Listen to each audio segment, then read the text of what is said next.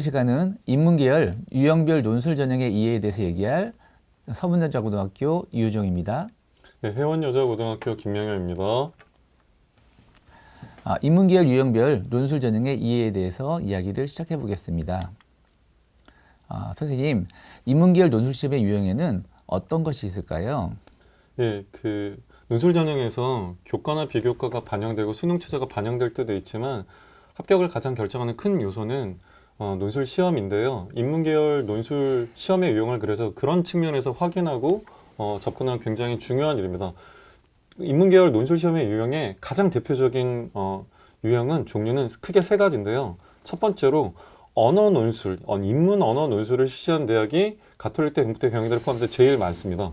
그 다음에 언어 논술 플러스 통계나 도표, 그래프 등을 제시해서 그렇게 문제를 출제하는 두 번째 유형이 존재하고요. 이 경우도 적지 않은 수의 대학이 단국대, 서울대, 성균관대 등이 이런 방식을 사용해서 논술 시험을 치르고 있습니다. 그 다음에 언어 논술에 이제 수리 논술을 보는 경우인데요. 이 경우는 한 대학이 인문계열과 상경계열 혹은 인문계열과 사회계열로 구분해서 상경이나 사회계열에서 언어 논술과 이제 수리 논술을 결합해서 보는 형태라고 생각하시면 됩니다. 그리고 많은 대학이 실시하는 건 아니지만 수리 논술만 보는 한국공학대도 있었고요. 영어 제시문을 이제 출제하는 연대, 이화여대, 인문원, 한국외대 등이 있음도 고려하시면 좋습니다. 그리고 중간고사, 기말고사의 선원 수령처럼 지식적인 부분을 주로 출제하는 논술도 그걸 교과 논술이라고 하는데 국어와 수학의 교과 논술을 실시하는 가천대, 수원대, 서경대도 좀 신경 쓰실 필요가 있고요. 교과 통합적으로 이제 교과 논술 실시는 고대, 세종도 좀 신경 쓰실 필요가 있습니다. 그런데 인문계열 언어 논술 중에는 출제자의 요구사항이 다른 세 가지 형태가 있다고 하는데요. 그 중에서 요약하기형 문제의 특징은 무엇일까요? 예, 언어 논술을 보는 대학이 제일 많았잖아요. 근데 그 세 가지가 요약하기형, 관점문, 문제 해결형이 있습니다. 그래서 요약하기형부터 말씀을 드리면 6개에서 8개의 제시문을 출제하는 경우가 많습니다. 그래서 가나다로 그렇게 제시문을 좀 제시한 다음에 2022 단국대 논술 고사의 시험 문제로 예를 들어 설명해 드리면 1번 문제 볼까요?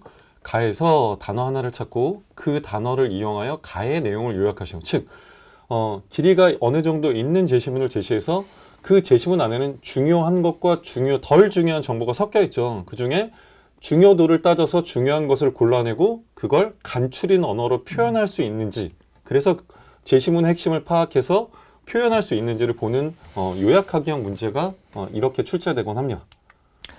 그렇다면 관점 분석형 문제의 특징은 무엇일까요? 네, 언어 논술 두 번째의 그 종류가 관점 분석형인데 이걸 사례를 들어서 또 말씀드리면 2022년에 시즌 연대 논술고사를 좀 살펴보시면 여러 개의 제시문이 있고 이런 식으로 문제가 출제됐습니다. 제시문 1-1을 문제 1-1을 보시면 제시문 가와 나의 각각의 관점에서 아래 보기가 있었어요. 지문이 있어요. 아래 제시문을 평가하시오. 그러니까 관점이란 게 뭐냐면 어떤 문제에 대해서 특정의 개인이 갖는 태도나 방향을 말하거든요. 그러니까 평등을 기준으로 중시하는 사람은 평등의 기준에서 태도나 행동을 보일 거고, 자유를 중심으로 이제 어떤 입장을 갖는 사람은 그렇게 보이겠죠. 근데 제시문에도 그런 입장이 제시해 있고 그걸 밝혀낼 수 있는지를 이렇게 묻는 방식이었습니다.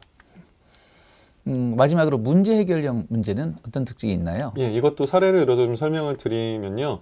2022년 동국대 논술고사 문제 1번은 이랬습니다. 제시문 나와 다를 통해서 문제가 해결되지 않는 원인을 설명하고 제시문 나다라를 통해 해결 방안을 기술하시오. 앞서 요약하기형이나 관점 분석형보다는 요약하기나 관점 분석형은 좀 정답이 정해져 있고 그걸 이제 말해야 되는 경우가 좀 많았는데요.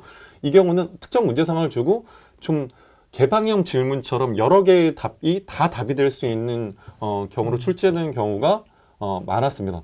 그래서 그 문제 상황에서 문제 상황의 원인을 정확하게 분석해내고 그 문제를 해결할 만한 창의적인 해결력을 대책을 제시할 수 있는가가 관건이었습니다. 그렇다면 대학은 이 세 가지 유형의 문제 중에서 하나를 선택해서 출제하는 건가요? 지금 동국대 문제를 보셔도 제시문 나와 다를 통해서 뭐 하라는 거죠? 요약하라는 겁니다. 혹은 관점을 도출하라는 겁니다. 그래서 문제의 원인을 찾고 나다라를 통해 해결 방안을 기술하시오. 이런 것들이니까 요약하기가 들어가 있고 관점 분석이 들어가 있고 문제 해결이 복합적으로 출제되죠. 그래서 대부분의 대학은 요약하기만 따로, 관점 분석력 따로, 문제 해결을 따로 묻지 않고 좀 요약학형 플러스 관점 분석형 혹은 관점 분석형 플러스 문제 해결형 이런 식으로 복합적으로 출제하는 경우가 더 많았습니다. 이제 인문 계열의 통계 도표 분석형 문제의 특징을 설명해 주시겠어요? 네, 두 번째로 언어 논술 만들고 나오는 게 통계 도표 문제였는데요. 이것도 좀 사례를 보고 설명드리면 2021 성학년 논술에서 이런 식으로 그 통계 도표 분석 문제가 출제됐습니다. 여러 개의 제시문 중 대부분의 제시문들은 언어 제시문으로 되어 있고요.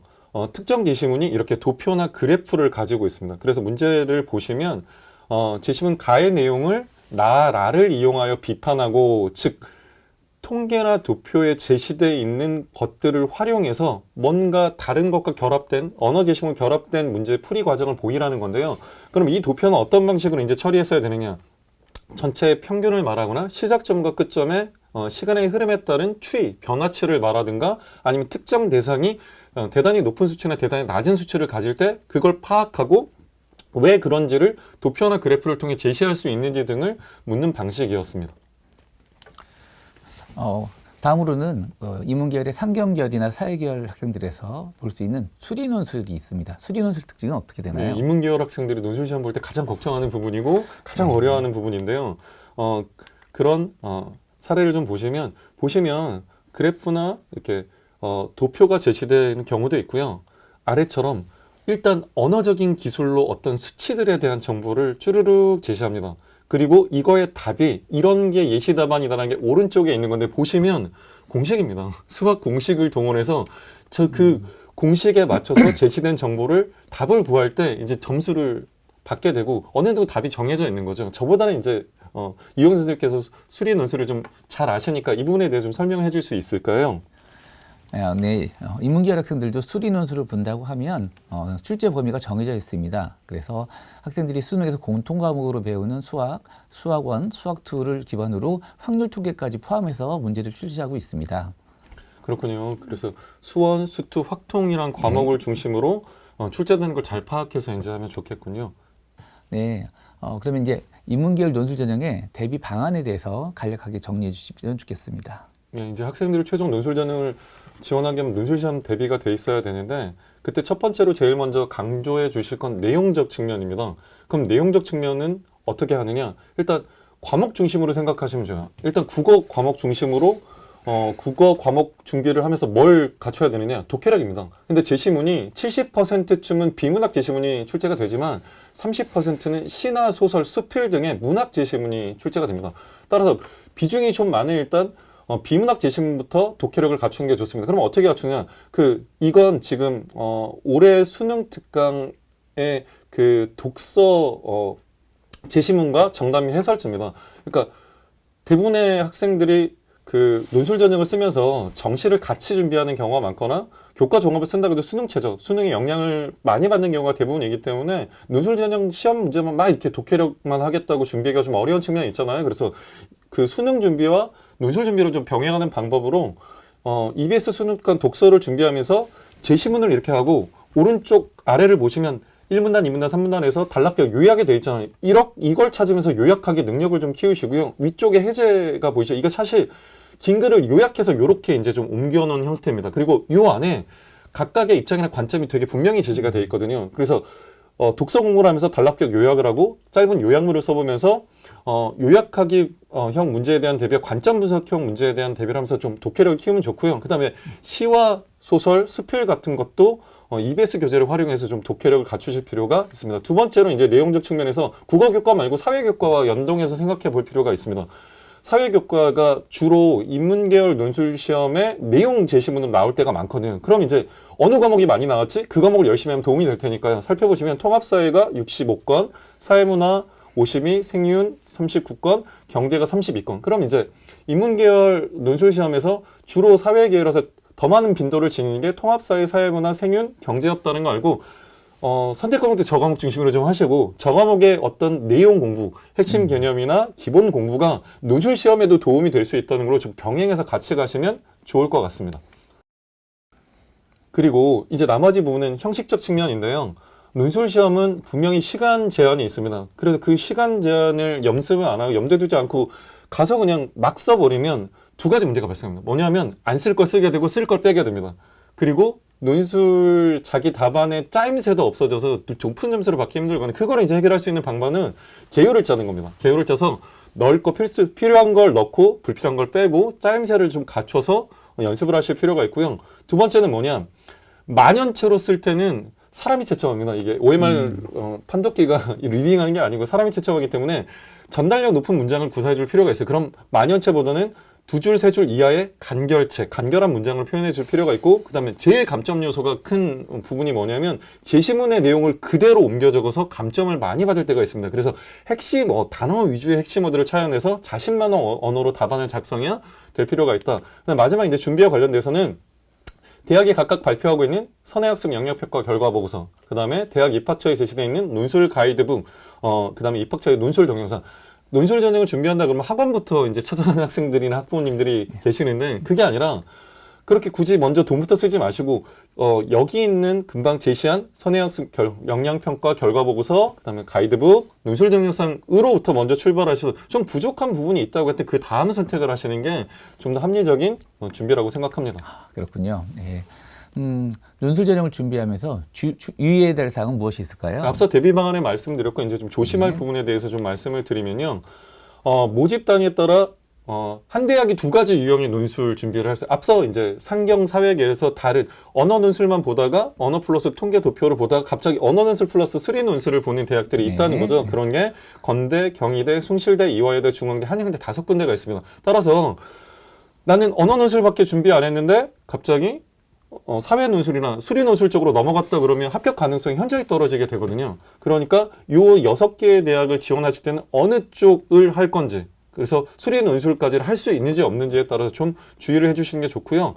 두 번째로 연대 이화여대 인문일 한국외대는 영어 제시문이 출제되는데 이 영어 제시문이 제시문 중에 한 개일 뿐이지만 문제에서 연관되는 정도가 60에서 70 정도를 차지하는 경우가 많습니다. 따라서 그 영어 제시문은 수능에서 이제 난이도 높은 정도의 수준인데 그걸 해석을 잘못했다 그러면 60에서 70%의 문제를 제대로 답변 못하는 상황이 발생하는 거예요. 그래서 그 부분을 좀 신경 많이 썼으면 좋겠습니다. 그리고 이제 그럼 선생님 제가 질문을 드리면 인문계열 논술이 수리 논술이 나오는데 그 수리 논술에서 주의할 점을 좀 말씀해 줄 수 있다면 뭐가 있을까요? 인문계열 학생이라도 하더라도 수리 논술이기 때문에 문제를 해결하는 문제 해결력이 가장 중요합니다. 그리고 이 대학에 보면 언어 논술 점수의 평가 점수보다는 수리 논술 점수의 평가 점수 차이가 훨씬 큽니다. 그러니까 결국은 합격을 결정하는 것은 수리 논술 점수라고 생각할 수 있습니다. 수리 논술에 대해서 준비를 철저히 해야 되겠죠. 지금까지 인문계열 논술 전형의 유형별 특징과 대비 방안에 대해서 알아보았습니다. 네. 현장의 선생님들에게 오늘 한 강의가 도움이 됐으면 좋겠습니다. 한 가지만 마지막으로 강조드리면 논술 전형은 논술 전형만으로 이제 지원을 했을 때 여러 리스크, 위험도가 있으니까 다른 요소를 여러 가지를 복합적으로 잘 고려해 지도해 주셨으면 좋겠습니다. 감사합니다.